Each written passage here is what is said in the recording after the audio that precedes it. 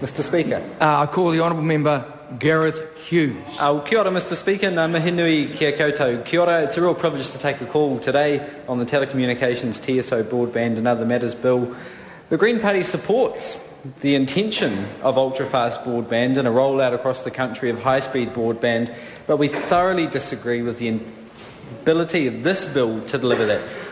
We support the intention, but we will not be supporting this legislation in the House. We support it on the first reading, but going through the select committee process, witnessing the poor process, witnessing the poor outcome that's come out of these last-minute deals stitched up in back rooms, the Green Party cannot be supporting this bill, even though we wholeheartedly support better, faster, cheaper broadband, and we'll keep working with whatever government takes the Treasury benches to make sure we get it.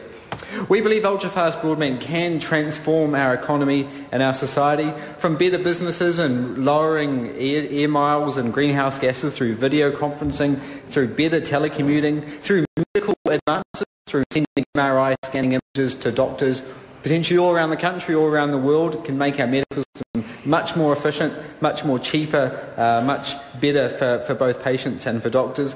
Could transform our educational systems, and it's disappointing there's some 500 schools which are going to miss out. They might get this advanced form of microwave or other broadband, but the potential is there and it's massive for education. And then lastly, and probably of interest to me, is the entertainment potential. We've just wrapped up the Copyright File Infringing Act in Parliament, and what we're seeing is more and more Kiwis and people around the world live their lives online, they get their entertainment online, and more of the business models into the future are going to be providing services, massive services, through broadband. And a couple of weeks after the UN Special Rapporteur's report on the internet, or terminating internet access being a breach of human rights, it's a great debate to be having this in the Parliament. I want to thank the Select Committee members, and particularly the Chair, Mr Foss, who's going on to other things, so congratulations to you, sir. I want to congratulate all the submitters who put a lot of effort into the process. In this call, Mr Speaker, I intend to look at four things. I want to look at the bill, the history of it and the process. I want to look in particular at the forbearance and the embarrassing backdown the Minister was forced to undertake and the last-minute compromise that was stitched up. I want to look at Telecom, the winner of the Crown Fibre holding contracts. And lastly, just look again, while we're opposing this bill, under the missed opportunity, and this is what this bill is, it's a missed opportunity. We're investing $1.35 billion of government funds, of taxpayer funds, to roll out broadband across the country with our scarce resources at a time when we're borrowing hundreds of millions of dollars a week. We need to make sure every dollar counts, and unfortunately it's not being achieved through this bill. So this bill spends the government's money on the UFB, the ultra-fast broadband. It also rolls out the Rural Broadband Initiative, the Telecommunications Service Obligation and the levy. While we disagree with the definitions around high-speed broadband, we can agree to disagree on that. We would have liked to have seen much speedier broadband and much better uploading speeds, because the internet isn't just a way of downloading files, as most people do currently. The real transformative benefits of the internet come from being able to upload files, be it the MRI scan pictures, be it a file for a teacher to send it over the country for her class. When you look at the history of the telecommunications sector in New Zealand, it's older than I am, but what we've seen is a sector characterised by monopolies, poor services, lack of historical investment. We saw the failed privatisation experiment. Brian Gaynor, I note, recently published some research showing up to 1999 Kiwi taxpayers missed out on more than $8 billion in investment had we adopted a similar service to Australian government with Telstra. We've missed out on infrastructure investment, and we've missed out on the dividends to Kiwi taxpayers.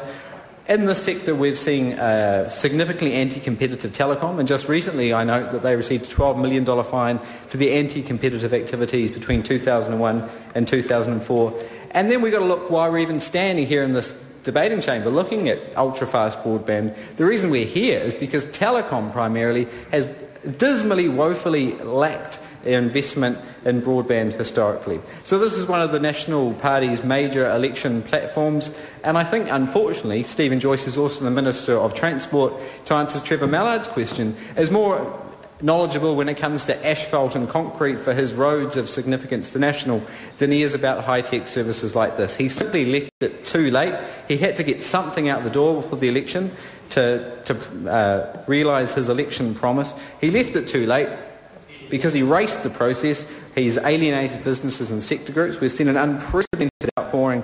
We've seen full-page ads in the daily papers, been TV commercials criticising this government's poor process and poor outcomes with this bill. We've seen the government with an embarrassing background only 2 days after the Select Committee report was tabled in this House.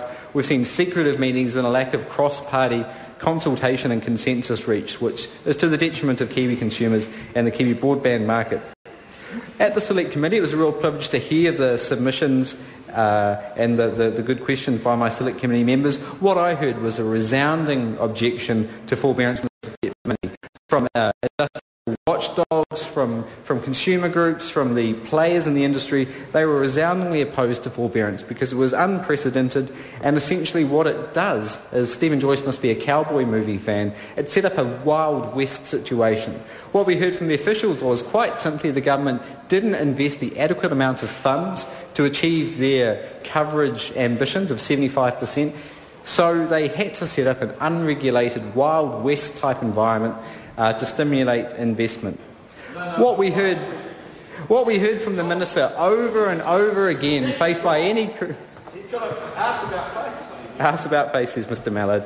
So what we've seen from the Minister, faced by this massive objection and criticism from all across the political spectrum, from all across the industry spectrum, we heard constantly from the Minister that you simply don't understand. Only the Minister knew the ins and outs of the bill, and when it came to any question, the Minister's only answer always was, you don't understand, go look at the bill again. Yet we've seen the Minister with this embarrassing backdowns. We saw some good changes in the Select Committee around the definition of equivalence. We also saw the review brought forward to 2016, but the fact is the review now is a 3-year period. So in fact it's not really a review when the end of the review is the end of the broadband period. So in effect isn't going to be of much practical use if the plan is a lemon and isn't working out right.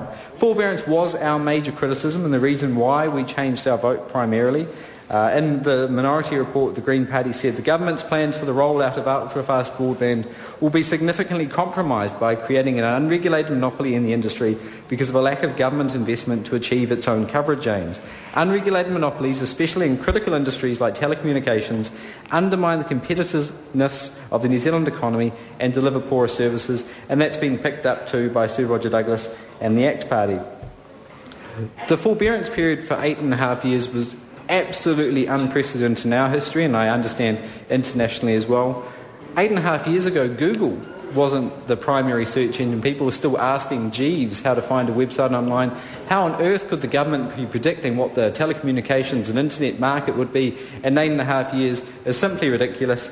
But we saw the Minister absolutely intransigent through the Select Committee, through the officials, that they would not budge on this until they came up against the real politic of the Māori Party potentially withdrawing their votes. And 2 days after the report was tabled, the government backed down. So good on the Māori Party for forcing the government's hand. It was a poor process from the get-go, and even poorer process that the government backed down and had to stitch up this compromise, so none of it went through a Select Committee process. None of the public got to submit or can hear their views on these changes. So essentially what the big change replacing forbearance is that the Commerce Commission can regulate on pricing on fibre, but it's up to the Minister to decide if regulation is needed. And as Claire Curran rightfully asked, why would the Minister regulate if the taxpayer has to wear the risk?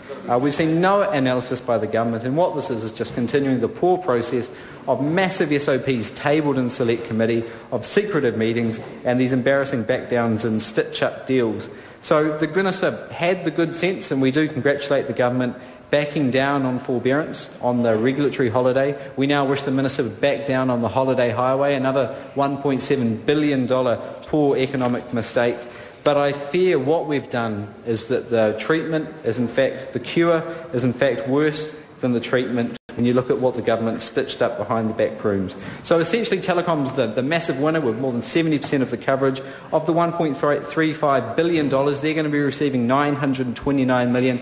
The vast bulk of that, those profits, are just going to simply flow offshore, and it's going to be overseas shareholders who are going to be the winners, More worrying, we're going to see a dependence on copper and continuing Telecom's copper legacy, which is going to see Kiwi broadband customers worse off. Essentially what we've done is we've missed a once-lifetime opportunity.